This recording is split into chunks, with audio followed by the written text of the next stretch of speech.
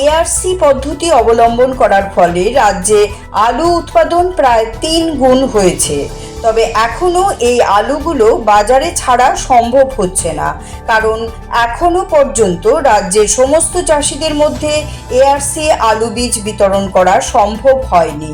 তাই এআরসি পদ্ধতিতে উৎপাদিত আলুগুলোকে বীজ হিসেবে সংরক্ষণ করা হয়েছে।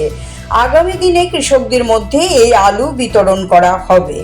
কি করে এআরসি আলু চাষকে আরও ব্যাপকভাবে বৃদ্ধি করা যায়, এই বিষয়টিকে সামনে রেখে শুক্রবার এক পর্যালোচনা বৈঠক অনুষ্ঠিত হলো রাজধানী আগরতলার পার্শ্ববর্তী নাগিছড়া এলাকার রাজ্যিক উদ্যান এবং বাগিচা ফসল গবেষণা কেন্দ্রে।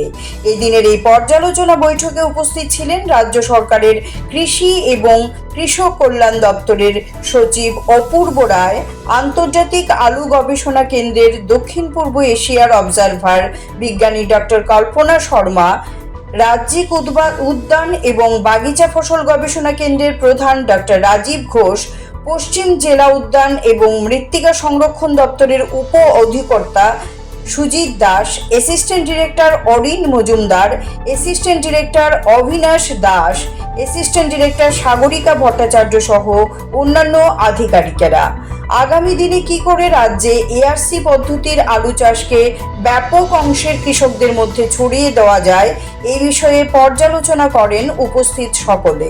পাশাপাশি উন্নত জাতের কমলা রঙের মিষ্টি আলু এবং রাজ্যের চাষ শুরু করার পরিকল্পনা নেওয়া হয়েছে বৈঠকে। Term review meeting of ARC project in Tripura with the state government officials, scientists and secretary, and we have the evidence for the success of this project from chief scientist of Department of Horticulture and RKBYT.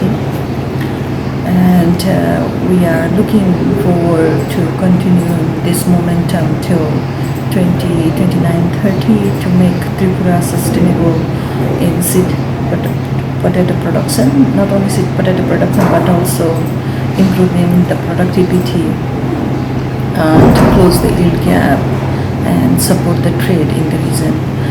And with that, we are hopeful that the next phase of the project would continue. And I also want to thank the team here for the support, the collaboration that they have given us to make this project successful. Siri TV, channel for news and entertainment.